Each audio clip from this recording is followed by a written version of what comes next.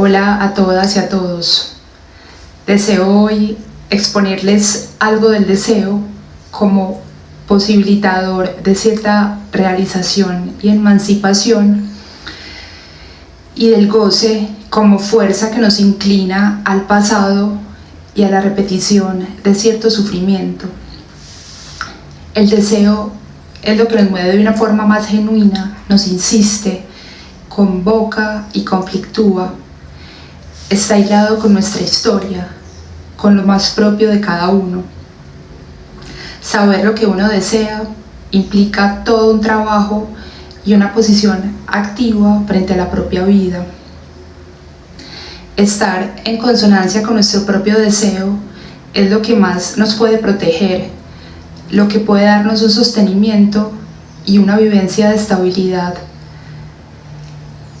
Los deseos de los seres que nos amparan en nuestra infancia funcionan como mandatos internos para cada uno. Entre más quieran esos cuidadores que nos asemejemos a ellos, más nos va a costar diferenciarnos. Para desear hay que desobedecer, pasar por el rechazo, renunciar a la ilusión de completud con otro, quedar en falta y necesitado de hacer algo con esa falta, saberse y sentirnos incompletos, y buscar y construir. También es imprescindible incomodarnos, movernos de esos lugares que nos hacen sentir cómodos, pero que poco exigen de nosotros mismos.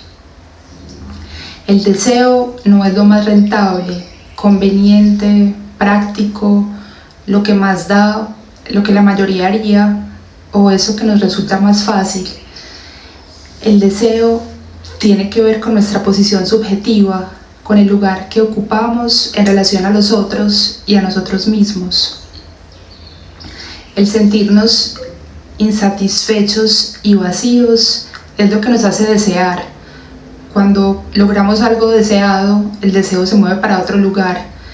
El deseo siempre es deseo de algo más, es siempre lo otro, es lo que nos hace levantar de la cama y lo que le pueda dar sentido a nuestra existencia. En la ausencia de deseo aparece la depresión, el desgano de la vida. Dice William Blake: quien no realiza su deseo engendra peste. No es fácil encontrar lo que se desea. El deseo es inconsciente, es profundo, singular. Para poder reconocerlo, hace falta que dejemos de estar cumpliendo el deseo de alguien más. El deseo difiere de las cosas que queremos, que las podemos identificar con más facilidad y son más superficiales. Baruch Spinoza afirmaba que el deseo es la esencia del hombre. Un hombre en su orientación sexual, aún inconsciente y no reconocida, puede desear a otros hombres. Sin embargo, ha cumplido el deseo de sus padres y se ha casado con una mujer. Mientras no renuncie a satisfacer el deseo de estos, no podrá vivir de acuerdo a su deseo. Lo mismo sucede en lo laboral. Está el caso de una mujer que se dedica al trading. Cree que es lo que desea para ella y hace todo lo posible para que le guste y le vaya bien. Aún así, se siente infeliz en su labor. Sus únicos momentos de alegría son cuando ve a su padre orgulloso de ella. Este deseo de invertir en la bolsa es de su padre, y ella, sin saberlo, lo tomó para sí. En el plano consciente, alguien puede pensar que lo que quiere es dedicarse a la vida universitaria. Sin embargo, cada vez que tiene una entrevista de trabajo en una universidad, se enferma, se le olvida o llega tarde. El deseo lo empuja a algo diferente, que aún no sabe lo que es. En un análisis puede reconocer que el deseo de su mamá fue ser profesora de universidad y que esto lo ha influido en anhelar una carrera académica. Puede ser diferente lo que consciente creemos querer, que con frecuencia es el deseo del otro, de lo que inconscientemente deseamos. El analista favorece que el paciente vaya hacia ese deseo que no conoce. En ocasiones esto le puede generar conflictos con los otros, porque viene de estar construyendo su vida en base al deseo de ellos. En un proceso psicoanalítico empieza a participar su propio deseo, que tal vez no sea del agrado de su entorno. En un análisis se busca que cada sujeto se haga cargo de su deseo. Hay muchas cosas que no dependen de nosotros.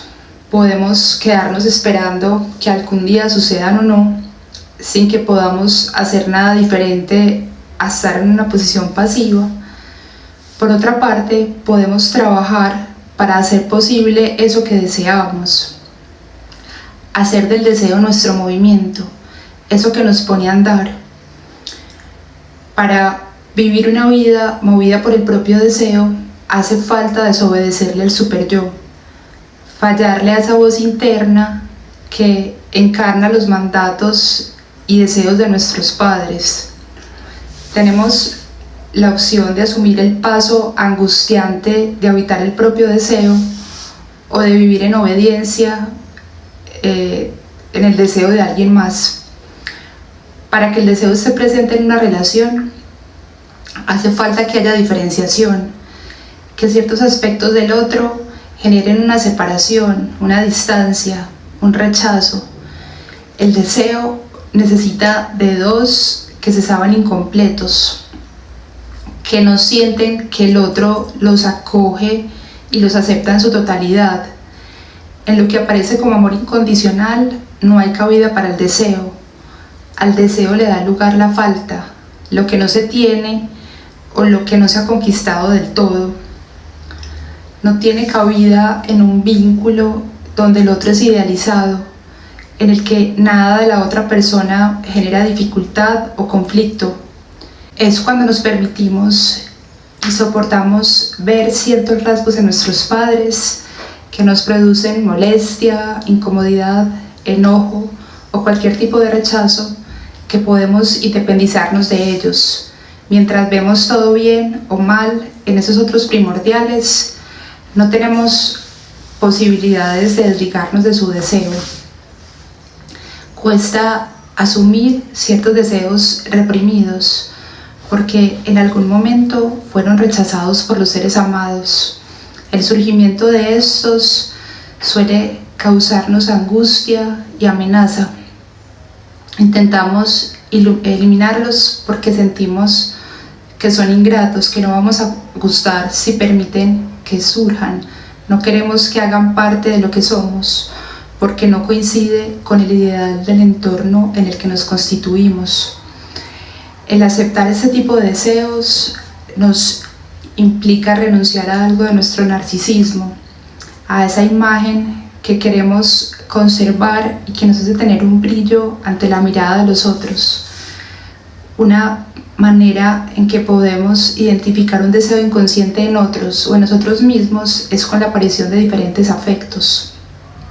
La angustia puede revelar la presencia de un deseo que hemos evitado reconocer y aceptar, porque está por fuera de lo que esos otros primordiales han anhelado para nosotros. La angustia es un gran revelador de un deseo emergente que pone en amenaza a la persona, porque asumir este deseo implica tomar una distancia y hacer un corte con esos otros amados. Otro afecto que quizá dé cuenta de un afecto no asumido, de un deseo no asumido, es cuando surge un miedo sin una causa objetiva clara, de que alguien, por ejemplo, surja un accidente. Este miedo puede evidenciar que hay cierto rechazo o disgusto a esta persona, al que no se le ha dado un lugar en la conciencia y surge o se proyecta como un temor de que le suceda algo malo. También la aparición de la culpa, el sentir que se está decepcionando la expectativa de otro, puede ser señal de un deseo al que no se le ha dado lugar, porque va en contra de los ideales que nos transmitieron en la niñez. Habitar nuestro propio deseo nos permite sentir una satisfacción honda y sin igual. En el goce, en cambio, también hay una satisfacción, pero esta vez no reconocida y acompañada por algo que nos hace mal. Lo que se satisface en el goce es algo infantil. Hay frases que de niños nos dicen nuestros padres que nos quedan como tatuadas en el cuerpo. Para alguien esas palabras que le quedaron como una marca y que se dedica a representar pudieron ser: tú puedes con todo. De adulta se podrá llenar de cargas y responsabilidades ajenas que por una parte la hagan sentir agotada, infeliz y enferma, y por otra se sentirá bien por seguir siendo eso que le señalaron sus padres. En este sentido, cuando gozamos, hacemos propia la verdad de otro, encarnamos y realizamos el deseo de esos otros más significativos de la infancia. Un psicoanálisis nos puede permitir identificar nuestro goce y hacer un cambio en el que no primen las satisfacciones infantiles del goce, sino las satisfacciones adultas del deseo, en las que nuestra propia verdad y realización están en el centro. Para profundizar más, intentaré graficar cómo puede ser la voz del goce. De niño no me dejaron hacer X cosa que me generó gran sufrimiento. Me voy a encargar de ponerme en situaciones donde yo mismo siga sin permitirme hacer X cosa. No me daré lo que quiero, por el contrario, continuaré fiel a la voluntad y al deseo de mis padres, aunque eso me cueste la alegría de vivir. Ahora expondré el caso clínico de Claudio para intentar aclarar el asunto complejo del goce. Sin saber bien el motivo, Claudio acepta un trabajo que no le gusta y que no tiene que ver con su profesión y rechaza una propuesta para ser investigador en un laboratorio, trabajo que había estado deseando hace mucho tiempo. Esto mismo le pasa en otras áreas de su vida, en las que con ciertas decisiones se niega la posibilidad del disfrute o de vincularse con una pareja que esté disponible. El goce aparece al elegir parejas que no están disponibles, de la misma manera que no lo estuvieron sus papás. Se ubica nuevamente en una escena en la que se deja por fuera de lo que sí quisiera ser, recreando su vivencia de niño, en la que sus papás, sin darle ninguna explicación, le sostenían un no. No lo dejaban salir a jugar con amigos, realizar actividades que disfrutara, no le daban mucho afecto y compañía. Claudio continúa sin permitirse en muchos sentidos esto. Permanece leal al deseo de sus padres de mantenerse encerrado, solitario, exigiéndose mucho en relación a todo compromiso con los demás y costándole la lealtad con él mismo, con su propio deseo. Es en extremo cuidadoso de no inoportunar a nadie, de siempre considerar la situación del otro. Se priva en ocasiones de pedirle algo a otra persona porque siente que no merece su tiempo o que puede resultar inadecuado. No se permite expresar sus necesidades y vulnerabilidad. Se obliga a resolver las cosas por su cuenta y se sanciona cuando aparece en él cualquier asomo de su niño. En su niñez echó en falta la compañía y el afecto de sus padres. Desde la distancia lo sentía presente solo para controlarlo. Ha querido que sus amigos lo escuchen, estén para él y lo acojan, así como él lo hace con ellos. Sin embargo, no se permite a sí mismo mostrarse necesitado de otro, acudir en busca de su apoyo. Inmediatamente su super yo lo censura y lo manda a no molestar a los demás, a no buscar su escucha, su afecto. Su conciencia moral también lo hace sentirse culpable de desear eso y le impone hacer todo por su cuenta. Continúa negándose a la posibilidad de hacer lo que desea y establecer relaciones con personas que puedan estar disponibles, repitiendo esa vivencia con sus papás que no le brindaban su presencia. Ese es el goce, obedecer el mandato superyoico, ceder ante el propio deseo y ponerse en el lugar de satisfacer el deseo de los padres, ese lugar en el que se garantizaba su amor y aprobación. ¿Cómo podría Claudio dejar de gozar? Un posible camino sería desobedecer el mandato superyoico que le dice: tú no eres capaz con ese trabajo, o que lo manda a no aceptar el cargo que desea y a entablar relaciones con mujeres comprometidas, que lo hace privarse de las diferentes satisfacciones de la vida y lo obliga a privarse de necesitar a otros, de salir. Entre más cedemos y obedecemos al superyo, más severo e insaciable se torna. Espero haberles ofrecido alguna claridad con esta exposición. De ser así, les agradezco se suscriban al canal para poder llegarle a más personas. Hasta pronto.